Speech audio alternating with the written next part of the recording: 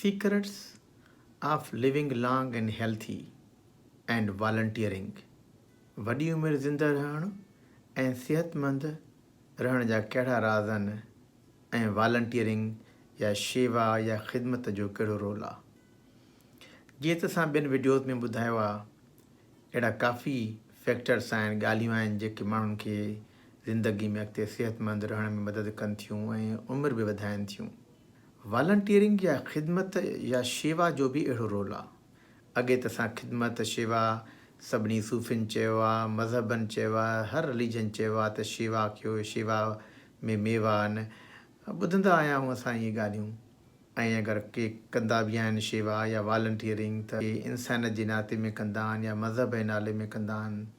पर अॼु जेका असां ॻाल्हि था कयूं त उन शेवा या ख़िदमत जो ॿियो कहिड़ो फ़ाइदो आहे, यानी मेडिकल साइंस जे हवाले सां। ताज़ी हिकु स्टडी शाया थी 11 जून 2020 ते, जंहिंमें उन्हनि ॾिठो त माण्हू जेके 100 कलाक खां वधीक साल में वॉलंटियरिंग कनि था पिया, उन्हनि जी सिहत कीअं थी रहे या उन्हनि जी ज़िंदगी ते कहिड़ो असरु थो पए। उहा हुननि कई 50 साल खां मथे जेके माण्हू आहे, तक़रीबन 13,000 माण्हू खयूं उन में, जेके 2006 खां वठी खयूं।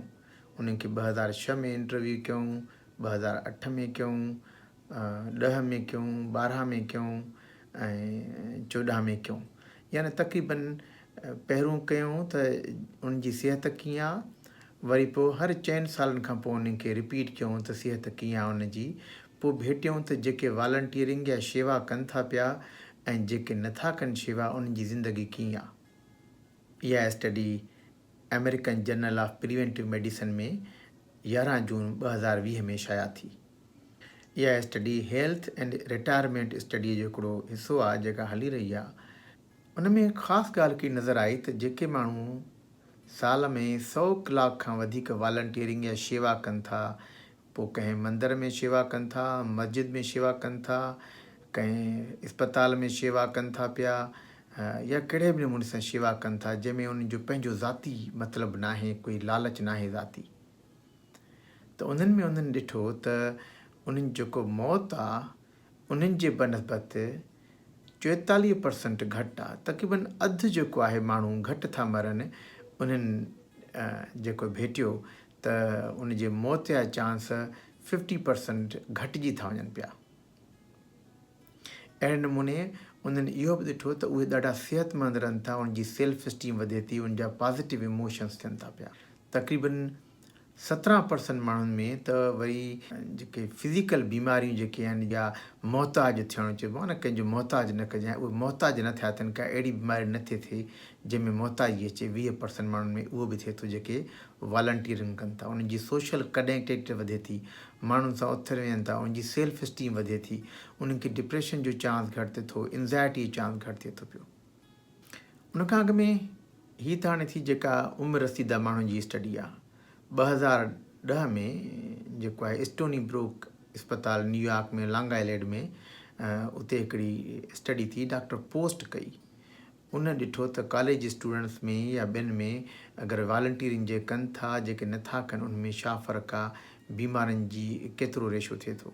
उन्हनि ॿुधायो त तक़रीबन जेके माण्हू वॉलंटियर कनि था, 96% माण्हू ॾाढा ख़ुशि था रहनि पिया, 68% फिज़िकली हेल्थी रहनि था, 90% माण्हुनि में वरी हिकिड़ो पर्पज़ ऑफ लाइफ थो मिले, हिकिड़ो उनमें त कोई मक़सदु थो मिली वञे लाइफ में। न त माण्हू कॾहिं कॾहिं मक़सदु न हूंदो आहे त मुंहिंजो छा मक़सदु आहे लाइफ में। ऐं इहो ॾिठो आहे जॾहिं मक़सदु लाइफ में न आहे त डिप्रेशन बि घणो थो थिए, एंज़ाइटी बि घणी थी थिए।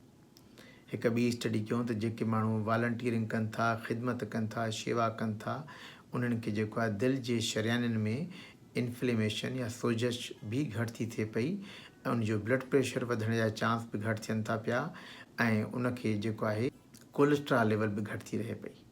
मज़े जी ॻाल्हि इहा ॾिठी वई त जेके माण्हू वॉलंटियर कनि था, ख़िदमत कनि था, शेवा कनि था पिया, उहे जेके आहिनि उन्हनि खां जेके शेवा नथा कनि पिया, ऐं उन्हनि जो 1 या 2 साल देरि सां मौत थो थिए पियो। हाणे ॾिसो, इहे ॻाल्हियूं असांखे केतिरनि सालनि खां नंढे हूंदे खां ॿुधंदा अचूं था, भई शेवा कयो, ख़िदमत कयो, ख़ुदा राज़ी थींदो इन में। ख़ुदा त पंहिंजे जाइ ते राज़ी थींदो, जेका ॻाल्हि आहे, पर पंहिंजी ज़िंदगीअ खे बि फ़ाइदो थिए थो, पाण जी बीमारियूं घटिजनि थियूं पियूं, ऐं जेको आहे मौत बि जेको आहे ॾिठो वियो आहे देरि सां थो अचे उन्हनि खे जेके शेवा कनि था, हेल्प कनि था माण्हुनि जी। हाणे उहा शेवा कहिड़नि तरीक़नि सां करे सघिजे थी, पर हिकिड़ी ख़ासि ॻाल्हि जेका नज़र आई त उन्हनि माण्हुनि जी सिहत ते वधीक फ़ाइदो थो थिए जिन माण्हुनि जी का लालच न आहे शेवा में। इहो न आहे त मां हाणे शेवा कयां थो, इन में मूंखे इहे फ़ाइदो मिलंदो, मां हिन ऑर्गेनाइज़ेशन में वञी कयां थो, उते मां प्रेसिडेंट थींदुसि, उते हीअं। उहा जेका लालच जंहिंखे आहे न, उनखे एतिरा फ़ाइदा नथा मिलनि। वरी इहा ॿी स्टडी बि थी आहे, हिकिड़ी ॿी स्टडी थी 2017 में थी, BMC में उहा शाया थी, जंहिंमें तक़रीबन 1500 माण्हुनि खे उन्हनि स्टडी कयो त जेके वॉलंटियरिंग त कनि था, सभई कनि पिया। हिकिड़ा माण्हू अहिड़ा हुया जेके वॉलंटियरिंग या ख़िदमत कनि पिया या शेवा कनि पिया, उनजी का पंहिंजे लाइ कनि पिया, पंहिंजी लालची।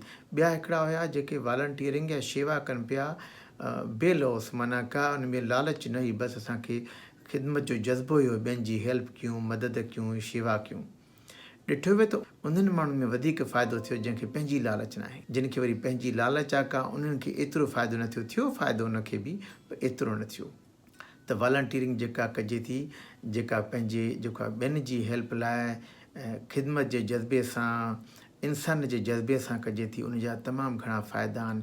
उन्हनि खे डिप्रेशन घटि थो थिए, एंज़ाइटी घटि थी थिए, उनजी उमिरि वधे थी पई, दिलि जी बीमारियूं घटि थियनि थियूं पियूं, उहे ख़ुशि रहनि था, उनखे लाइफ में पर्पस थो मिले, हैप्पीनेस थी अचे पई। हीअ वीडियो अगरि तव्हांखे पसंदि अची, उनखे लाइक कयो, सब्सक्राइब कयो, ऐं घणे घणो शेयर कयो। महिरबानी तव्हांजी।